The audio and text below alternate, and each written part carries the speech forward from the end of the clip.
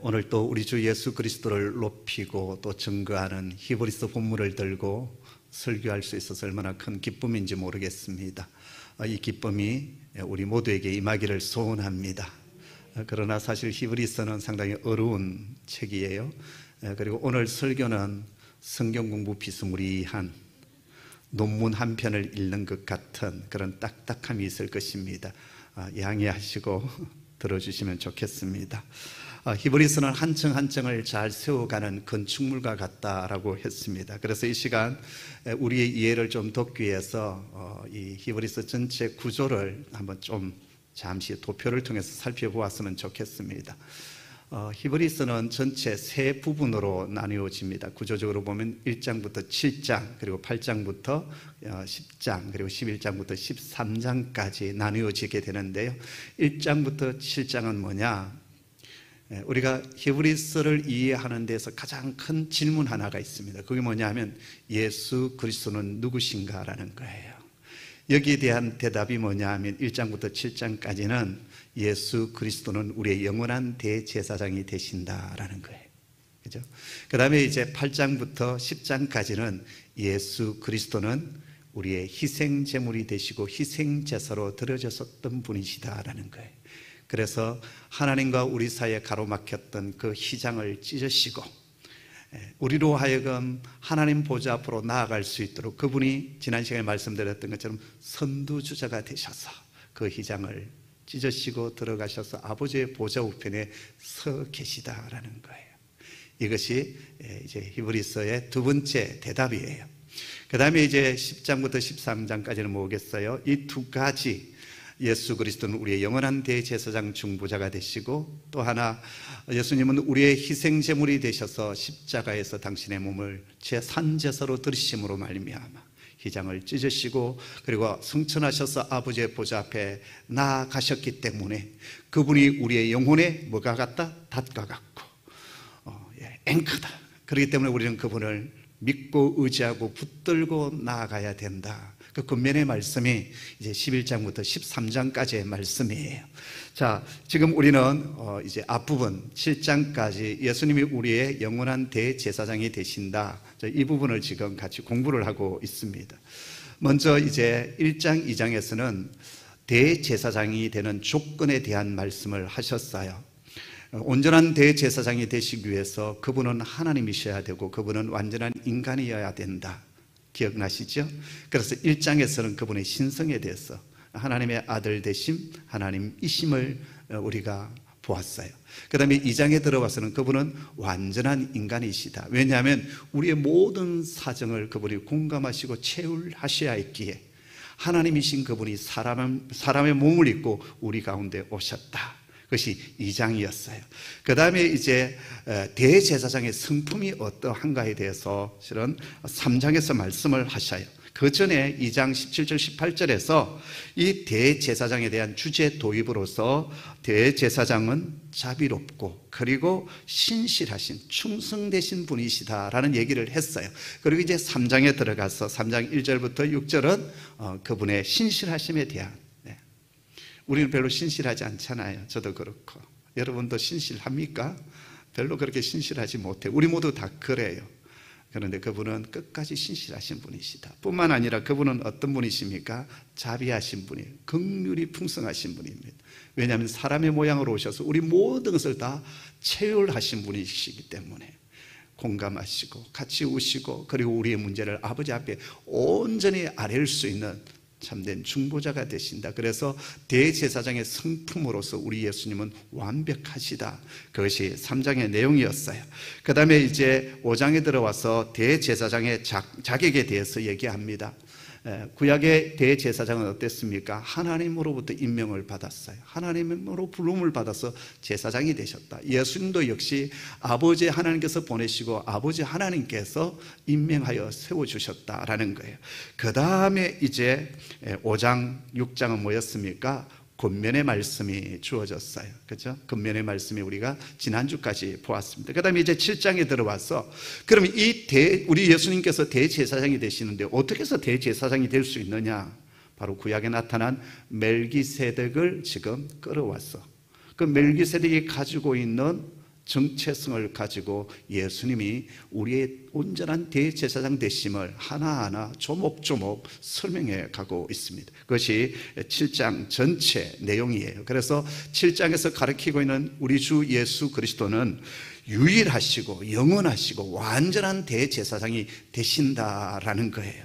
자, 그런데 여기에서 이제 이렇게 멜기세덱을 통해서 예수님이 우리의 구주가 되시고 대제사장 되심을 지금 설명하고 있는데, 과연 멜기세덱이 어떤 인물이기에, 멜기세덱이 어떤 정체성을 가지고 있기에 예수님이 우리의 대제사장 되시고 그리스도가 되시는 데 있어서 이 멜기세덱을 가지고 설명하고 있느냐라는 거예요.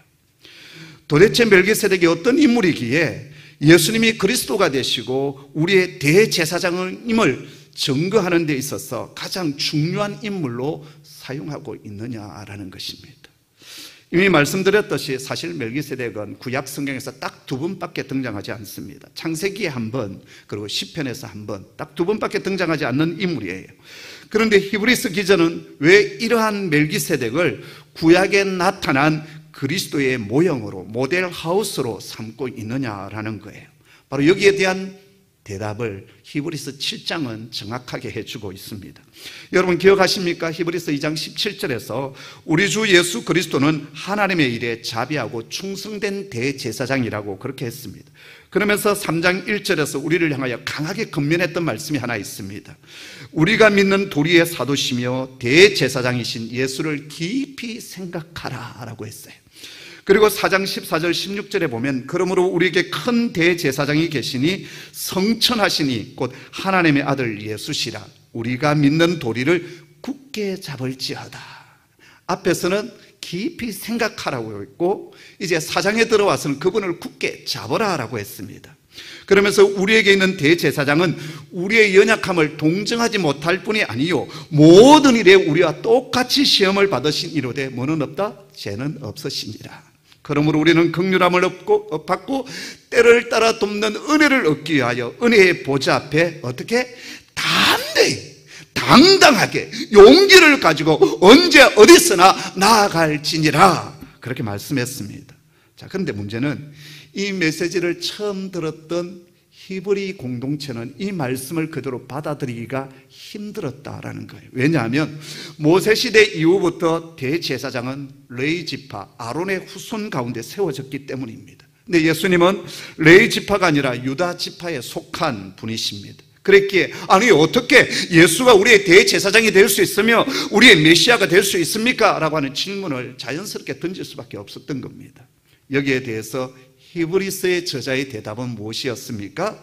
예수님은 아론에 속한 자가 아니라 멜기세덱의 반차를 따르는 대제사장이시다 이렇게 응답을 합니다. 자, 그런 뒤에 이 멜기세덱에 대해서 이제 쭉 설명을 해야 되지 않겠습니까? 그런데 문제는 이 말씀을 받았던 이 히브리 공동체가 이 메시지를 제대로 소화할, 받아들일 준비가 전혀 안 되어 있는 거예요. 그래서 5장 11절에 뭐라고 했습니까? 멜기세덱에 관하여는 우리가 할 말이 많으나 너희가 듣는 것이 둔하여서 설명하기 어려우니라. 그렇게 말씀하시면서 설명을 잠시 유보해 놓았습니다. 대신 6장에 들어와서 두 가지 메시지를 전했죠. 하나는 경고의 메시지였습니다. 구원의 비단에 들어와서 그 구원을 누리고 있었던 자가 다시 배교하여서 하나님을 떠나가게 되면 다시는 회개할 기회가 없다. 그리고 그 끝은 불사람의 심판이 있을 것이다라고 아주 강한 경고를 했습니다. 자, 그런데 하나님은 또 어떤 하나님이십니까? 자비와 긍휼이 풍성하신 하나님 아니십니까? 무시무시한 그 저주와 심판의 메시지를 전한 뒤에 사랑하는 자여 그렇게 다정하게 부르짖으면서 아마 별로 제가 다정스럽지 않는 목소리로 불렀어요.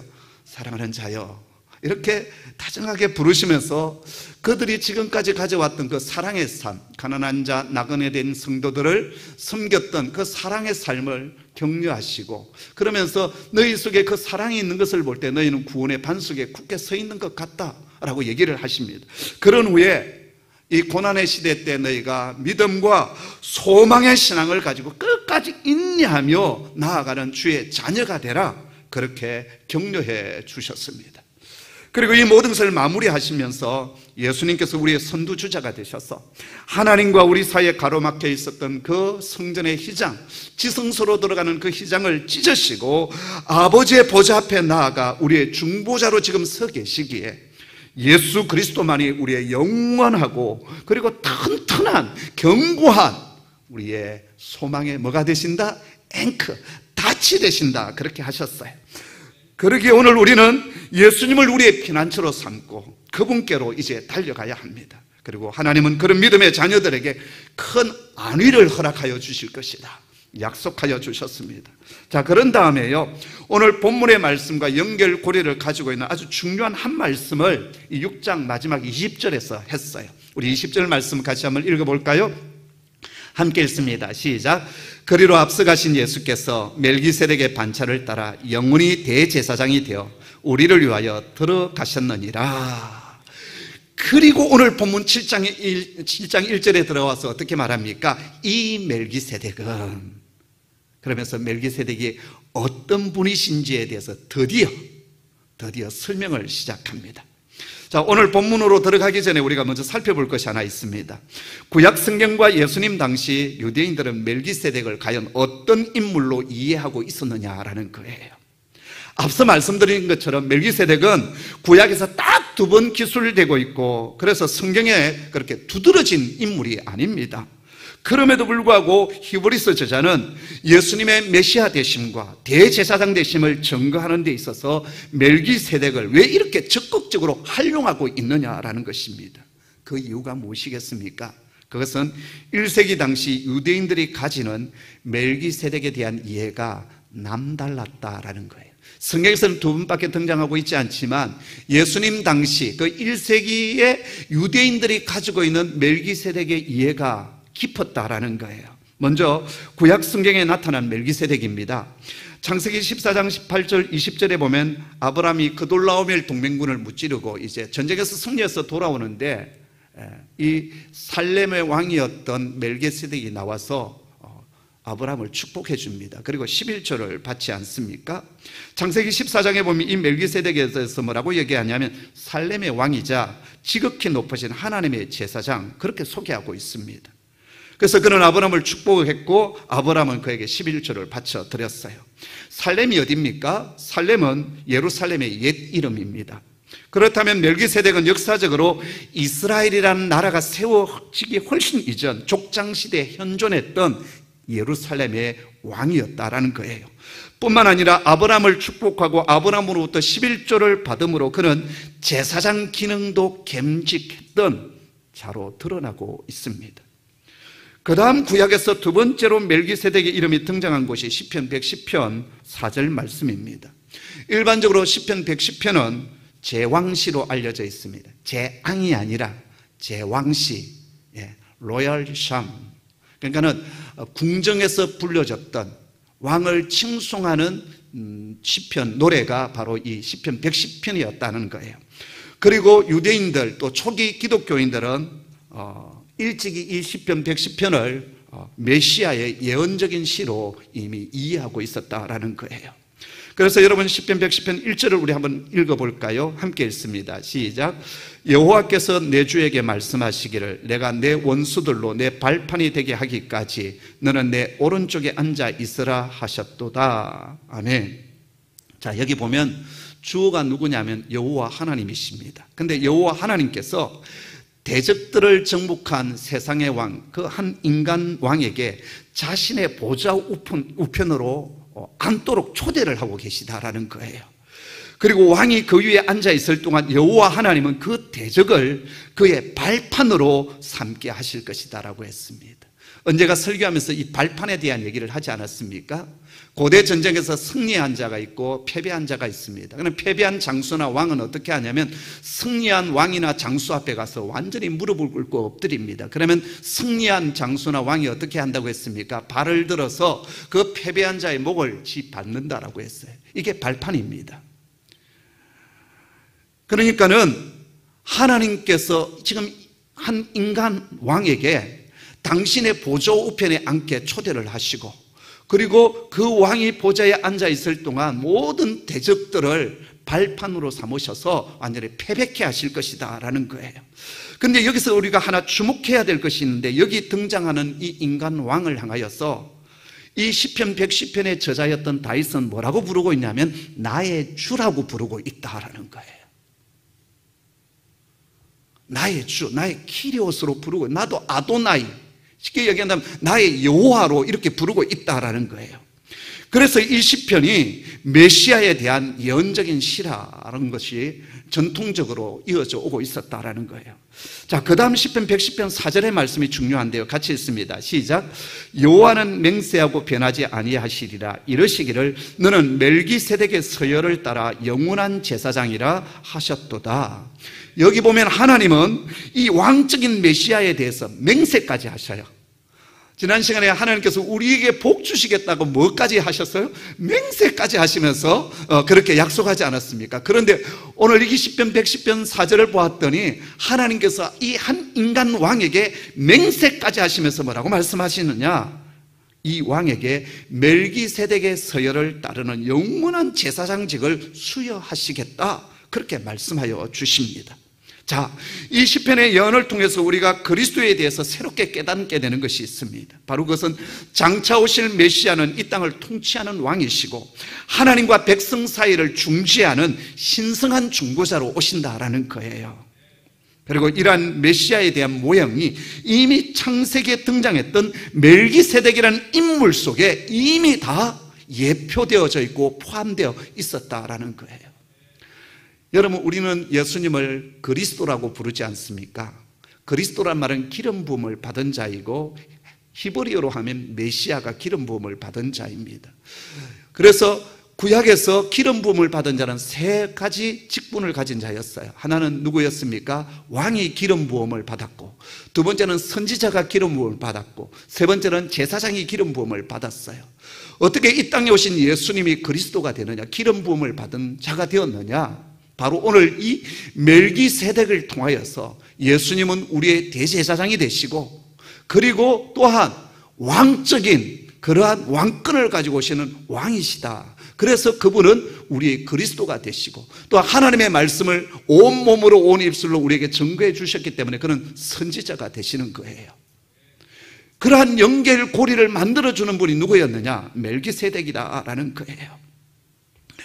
이미 우리가 창세기에 살펴보았듯이 멜기세덱은 아브라함 시대 때 이미 살렘의 왕이었고 지극히 높으신 하나님의 제사장으로 이중적인 기능을 이미 수행했던 자였습니다. 그렇기 때문에 구약 성경 속에 나타난 이 멜기세덱은 오실 메시아를 미리 예표하여 보여주는 중요한 인물이라는 것입니다. 자, 그런데요, 주 1세기의 유대교 문서에서는 이 멜기세덱에 대해서 어떻게 기록하고 있느냐라는 거예요.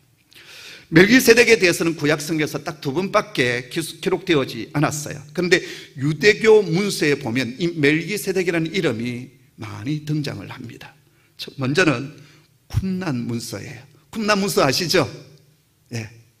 쿰난 문서 모르는 것처럼 눈만 끔뻑거리고 계시는 분이 있는데, 예, 1940년대 저 사해 부근 동굴에서 양식 염소 치는 사람이 염소 잊어버려 가지고 어떻게 해가지고 그 자연적인 동굴에 올라갔다가 제가 사진까지 보여드리지 않았습니까? 그래서 많은 항아리 안에 고대 문서들이 발견되었는데 보니까는 1세기 예수님 당시의 문서였어요. 그 속에 구약 성경의 문서도 있고 그 당시 또 여러 가지 경건적인 그러한 영적인 문서들이 많이 있었다라는 거예요. 그런데 이 쿰난 문서 속에 멜기세덱이라는 이름이 계속 등장을 하고 있다라는 거예요. 에스라 성경대학원 대학교의 그 양용희 교수님, 지금 은퇴를 하셨는데 그분이 이 유대교 이 쿰난 문서 속에 있는 멜기세덱에 대한 부분을 이렇게 인용을 하고 있습니다. 그는 하늘 궁정에서 다른 모든 신적 존재들 중에 뛰어난 왕적 엘로힘으로서 마지막 종말적 대사건에서 악의 무리를 심판하고 빛의 아들들을 벨리알의 손으로부터 구출해낼 신적 존재다. 여기 쿰난 문서 속에 나타난 멜기세덱은 천상에 속한 왕적 엘로힘, 엘로힘이 뭡니까? 하나님이에요. 그리고 마지막 심판의 날에 빛의 자녀들, 그 성도들을 사단의 손에서, 벨리알의 손에서 구원해낼 메시아다, 이렇게 정의를 하고 있다라는 거예요. 여러분, 세례 요한의 정체성을 얘기할 때 세례 요한은 바로 이 쿰난 공동체에 속한 사람이다라는 것이 대체적으로 학자들의 견해예요. 자, 그 다음 필로라는 유대 철학자가 있습니다. 필로는 예수님 당시 이집트 알렉산드리아에서 활동했던 유대인 작가였고 철학자였어요. 특별히 성경을, 구약 성경을 영적으로 알레고리칼하게 해석했던 자가 바로 이 필로였는데요. 필로의 글 가운데 멜기세덱에 대한 언급이 3군데나 나오고 있습니다. 멜기세덱은 스스로 배우고 스스로 가르치는 자이고 가장 큰 하나님의 제사장이다, 그렇게 묘사하면서 하나님께서 직접 멜기세덱을 왕으로 그리고 제사장으로 세우셨다, 그렇게 선언을 하고 있습니다. 특별히 필로는 멜기세덱의 이 왕적인 특징을 멜기세덱이라고 하는 자신의 그 이름과 그리고 살렘이라는 그 지명을 가지고 좀 더 영적으로 풀어가고 있습니다. 멜기세덱이라는 이 말의 뜻은, 멜키는 왕이라는 뜻입니다. 나의 왕이라는 뜻이에요. 세덱은 체데크, 의라는 뜻을 가지고 있습니다. 그래서 지극하면 체데크는 나의 왕이다. 오늘 우리 성경에서는 의의 왕 이렇게 번역을 했어요. 그 다음에 살렘이 뭡니까? 살렘은 샬롬입니다. 바로 평강, 평화라는 말이에요. 그래서 살렘의 왕이라는 것은 다름 아니라 평화의 왕이다라는 거예요. 바로 이 이름에 담긴 뜻을 통하여 그 당시 이스라엘 백성들은 역사 속에 오실 메시아는 의의 왕으로 오시고 평화의 왕으로 오신다라는 거예요. 그것을 그 당시 유대 백성들은 고대하고 기다리고 있었다라는 겁니다. 그 다음 1세기 유대교 역사가였던 요세푸스가 있습니다. 유대 전쟁, 로마가 이제 유대를 무너뜨릴 때 주 70년쯤에 이제 예루살렘이 완전히 함락되고 망하지 않습니까? 그때 로마 편에 들어갔던, 그냥 항복하고 로마 쪽으로 갔던 자가 이 유대인 요세푸스였어요. 그는 민족적으로 본다면 배신자였지만 그는 로마 쪽에 있었지만 자신의 민족이 어떻게 멸망당하는 것을 소상하게 기록으로 남겼던 그런 역사가였습니다. 근데 이 요세푸스의 기록 속에도 뭐냐면 멜기세덱은 가나안의 왕이었고 의의 왕이자 하나님의 제사장으로 이렇게 소개를 하고 있습니다. 자, 이것이 예수님 당시 멜기세덱에 대한 유대인들의 생각이었어요. 이걸 볼 때 구약 성경에서는 멜기세덱에 대한 이야기가 딱 2번밖에 등장하고 있지 않지만 주 1세기 유대인들의 마음속에는 멜기세덱에 대한 깊은 이해가 자리 잡고 있다는 것을 우리가 알 수가 있습니다. 그리고 역사 속에 오신 메시아 그리스도는 이미 역사 속에 현존했던 멜기세덱을 통하여 보여주었던 그 모습과 그런 정체성을 가지고 우리에게 오셨다라는 것을 우리가 또 확인할 수가 있습니다.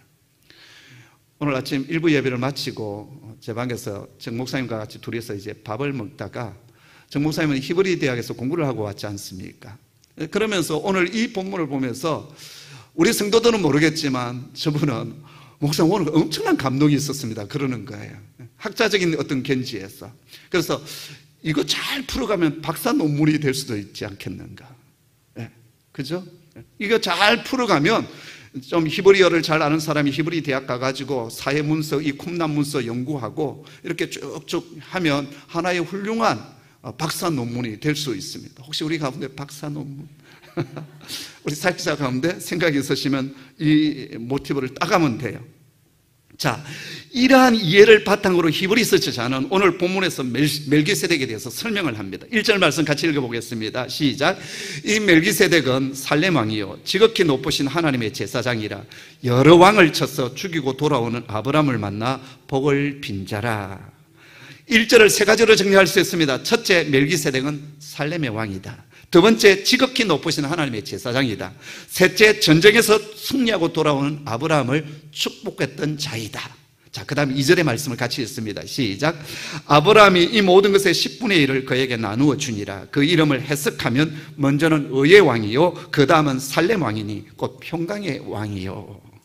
이 구절에서 멜기세덱은 어떤 자입니까? 첫째, 아브라함으로부터 11조를 받은 자이고, 둘째, 멜기세덱의 이름의 뜻을 해석하면서 먼저는 의의 왕이고, 세 번째, 살렘 왕, 곧 평강의 왕이다, 그렇게 말씀하고 있습니다. 자, 여기까지 우리가 이해하는 데 별 어려움이 없어요. 그런데 그 다음 3절 말씀이 우리를 좀 골치 아프게 합니다. 골을 때려요. 상당히 당혹해 합니다. 3절 같이 읽습니다. 시작. 아버지도 없고 어머니도 없고 족보도 없고 시작한 날도 없고 생명의 끝도 없어 하나님의 아들과 닮아서 항상 제사장으로 있느니라.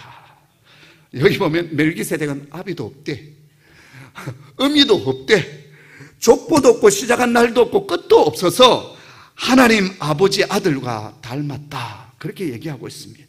여러분, 이것을 우리가 어떻게 해석해야 될까요? 과연 멜기세덱의 정체는 무엇일까요? 학자들은 한 3가지를 얘기하고 여기에 제 의견이 또 덧붙여서 한 4가지로 해석할 수가 있습니다. 첫째, 이 멜기세덱은 천사와 같은 천상적인 존재다. 천사가 아닐까? 왜냐하면 아비도 없고 어미도 없으니까, 영원한 존재니까. 그렇게 해석하는 학자가 있습니다. 둘째, 역사적인 존재다. 왜냐하면 아브라함이 돌아올 때 나와서 살렘의 왕으로서 또 제사장으로 축복해 줬기 때문에 역사적인 인물이다, 이렇게 해석하는 학자가 있습니다. 그 다음에 3번째, 천상적인 존재인 동시에 역사적인 인물이다. 그리고 4번째, 이건 제 견해가 상당히 많이 들어가 있는데요, 구약 성경에 나타나신 그리스도시다. 구약 성경에 보면은 언뜻 인간의 몸을 입고 이 땅에 오실 예수 그리스도의 모습이 언뜻 나타나고 있습니다. 아브라함에게 찾아오셨던 천사인 줄 알았는데 나중에 여호와 하나님이셨어요. 또 여호수아 장군이 가나안 땅에 들어갔을 때 칼을 들고 맞서 나오는 여호와의 군대 장관이 있었습니다.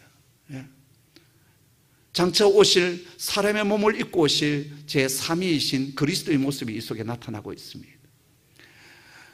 약복강가에서 누군가가 찾아와서 야곱이 허리춤을 잡지 않습니까? 그리고 밤새 씨름을 했는데 처음엔 천사인 줄 알았지만 나중에 보니까는 여호와 하나님이셨어요. 바로 사람의 모양을 입고 오실 그리스도의 모습이 이 창세기에 언뜻 또 다니엘서에도 나타나고 있습니다.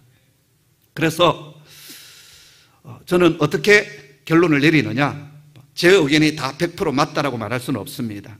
멜기세덱은 천상적인 존재이거나 역사적인 인물, 아니면 구약에 언뜻 나타나신 그리스도시다, 그렇게 저는 결론을 내리고 싶습니다. 그러니까는 3번째 얘기했던 천상적인 존재의 동시에 역사적인 인물이다, 그것은 에스라 성경대학원대학교의 양용희 교수님의 내린 결론이고요, 저도 그것을 좀 받아들이면서 아니면 구약 성경 속에 나타나신 그리스도의 모습이다, 자, 그렇게 저는 좀 해석을 합니다.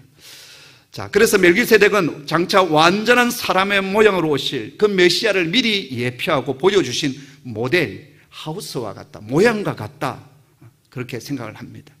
여러분, 모델 하우스는 진짜 집이 아니지 않습니까? 그러나 장차 지어질 이제 건설될 그 집을 실제 있는 그 모습 그대로 구해내고 보여주는 것이 모델 하우스입니다. 멜기세덱은 진짜 메시아가 아닙니다. 그러나 장차 오실 메시아의 정체성을 그대로 담고 있습니다. 바로 여기에서 우리는 참 놀라운 감동 하나를 받습니다. 그것은 우리 아버지 하나님께서 저와 여러분을 구원하시기 위해 메시아를 이 세상에 보내시는데, 그 보내시기 전에 이미 구약시대에 당신의 아들을 모형과 모델 하우스로 보내주셨다라는 거예요. 그래서 아들이 오셨을 때 우리는 이분이 하나님의 아들 메시아시고 그리스도시군요, 우리의 대제사장이 되시는군요, 알고 영접할 수 있도록 하나님 만들어 주셨다라는 거예요. 뿐만 아니라 멜기세덱의 사역을 통해서 우리 주 예수 그리스도께서 우리를 위하여 어떤 사역을 하실지에 대해서도 정확하게 보여주셨습니다. 이것이 오늘 우리에게 얼마나 큰 감동이 되고 은혜가 되는지 모릅니다. 하나님은 우리의 구원을 위하여 이미 오래전부터 그리스도를 보내시기로 작정하여 주셨고, 우리를 위하여 그 그리스도의 길을 준비하고 계셨다라는 거예요. 그리고 때가 되었을 때 그 아들 예수 그리스도를 이 세상에 보내주셨고, 오늘 우리는 주 예수님을 나의 구주, 나의 중보자로 고백할 수 있게 되었습니다. 뿐만 아니라 우리는 역사 속에 보내주신 멜기세덱을 통하여 우리가 믿는 구주 예수 그리스도가 우리에게 구체적으로 어떤 분이신지에 대해서 정확하게 알 수가 있습니다. 여러분, 예수 그리스도는 오늘 우리에게 어떤 분이십니까? 첫째, 의의 의와 평강의 왕이 되십니다. 여기서 우리가 먼저 주목해야 할 것은 순서예요. 평화가 먼저 오지 않습니다. 의가 먼저 오고 있습니다. 그 말은 하나님의 의가 우리 속에 이루어져야 그 다음 하나님 주신 평강, 샬롬이 임하게 된다라는 거예요. 여러분, 의가 무엇입니까? 참된 의가 어디에 있습니까? 예레미야는 여호와가 우리의 의다라고 얘기했습니다. 이 세상 사람들은 저마다 공의와 정의를 말하지만 그건 개뿔입니다. 없다라는 말이에요. 우리 인간 속에는, 이 세상 속에는 참된 의가 없습니다. 총칼 무력으로 수많은 피를 흘리며 정권을 잡았던 무리들이 처음 내세웠던 슬로건이 뭔지 아십니까? 정의로운 사회 구현이었습니다. 촛불 정신으로 공정한 세상을 만들겠다고 소리쳤던 무리들이 내로남불이 되었습니다. 또 앞으로 세워질 이 세상의 정권은 다 정의를 얘기하고 공의를 얘기하고 공정을 외치겠지만 기대할 수 없습니다. 왜냐하면 사람 속에 참된 의가 없기 때문입니다. 다 자신의 욕심과 자신의 이기적인 것을 쫓아 행하는 자가 우리들이기 때문에 그렇습니다. 제 속에 참된 의가 있는 것 같습니까? 여러분 속에 참된 의가 있습니까? 없습니다. 이 세상 어디에도 참된 의는 없습니다. 오직 한 분, 예수 그리스도 우리 하나님에게만이 참된 의가 있습니다. 그분만이 의가 되셔서, 그리고 그분만이 우리를 의롭게 하실 수가 있습니다. 사랑하는 친구들에 의해서 들것에 실려왔던 중풍병자를 향하여서 주님은 내 죄 사함을 받았느니라 선언하여 주셨어요. 의를 선언하여 주셨어요. 참된 의는 참 의가 되시는 하나님을 만나고 하나님과 바른 관계를 맺게 될 때 그때 주어집니다. 우리가 로마서를 통해서 보지 않았습니까? 우리가 어떻게 의인될 수 있습니까? 믿음으로 말미암아 의인될 수 있다라고 했습니다. 그리고 믿음으로 말미암아 의인된 우리들이 또 어떻게 살아가야 됩니까? 하나님을 바라보는 그 믿음으로 말미암아 살아야 된다라고 했습니다. 그리고 그런 자에게 따라오는 것이 뭐냐면 샬롬, 평강입니다. 예수님께서 멜기세덱의 반차를 따라 이 세상에 오신 이유는 제된 우리에게 의의 옷을 입혀주시기 위하여 오셨고 또 평강을 주시기 위하여 오셨습니다. 사랑하는 성도 여러분, 예수 믿는 우리 모두가 주님께서 입혀주시는 의의 옷을 입고 있다는 사실을 확신하도록 하십시다. 그리고 비록 사방에 우겨쌈을 당하는 참 힘들고 어려운 시대를 살아가고 있다 할지라도 주님께서 우리에게 주시는 그 평강이 우리 속에 넘쳐나기를 간절히 소원합니다.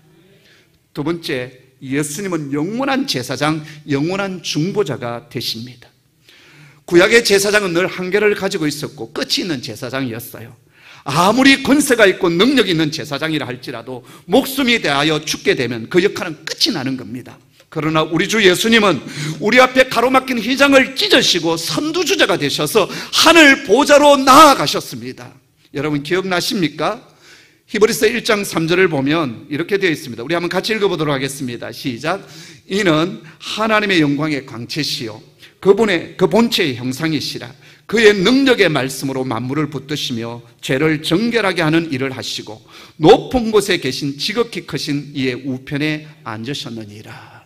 바로 이것이 히브리서의 핵심적인 구절입니다.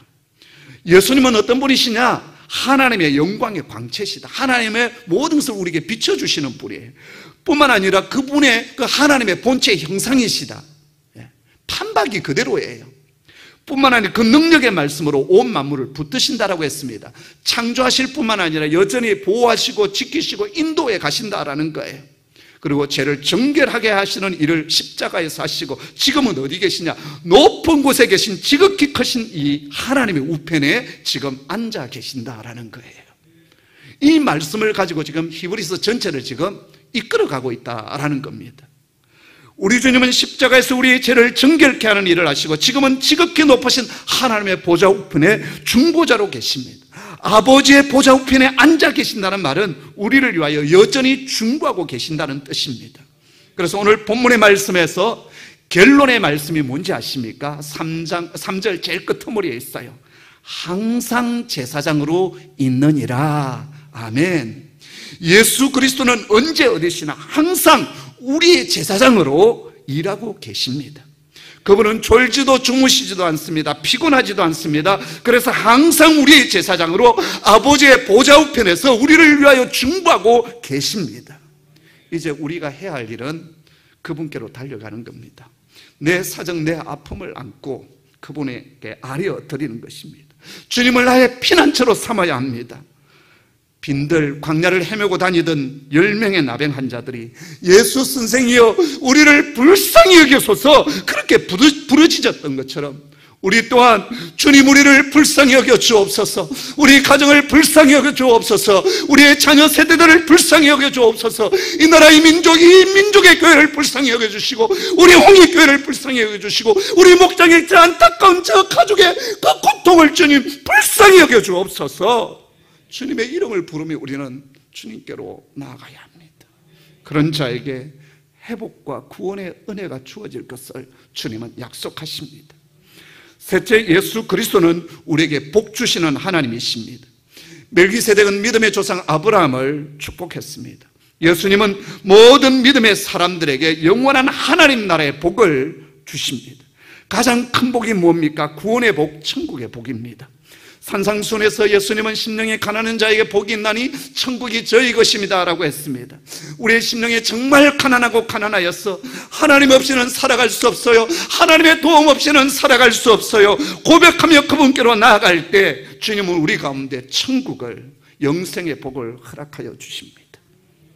사랑하는 성도 여러분, 비록 이 땅에서 많은 것이 무너져 있고 깨어진다 할지라도 우리에게 영원한 하나님의 나라가, 그 천국의 복이 주어져 있음을 기억하시길 바랍니다. 뿐만 아니라 우리에게는 참 많은 약속들이 기업으로 주어져 있습니다. 그 많은 약속 가운데 이 한 주간 우리가 꼭 붙들고 살아가야 될 약속은 주님께서 우리의 필요를 채워주신다라는 거예요.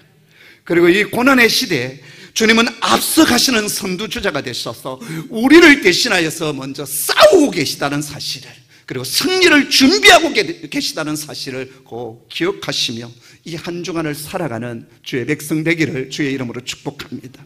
기도하겠습니다.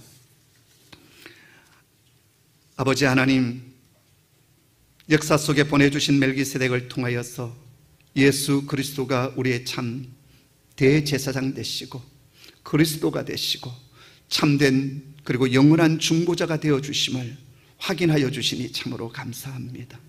고난의 시대를 저희가 살아가고 있습니다. 주님, 저희를 불쌍히 여겨 주옵소서.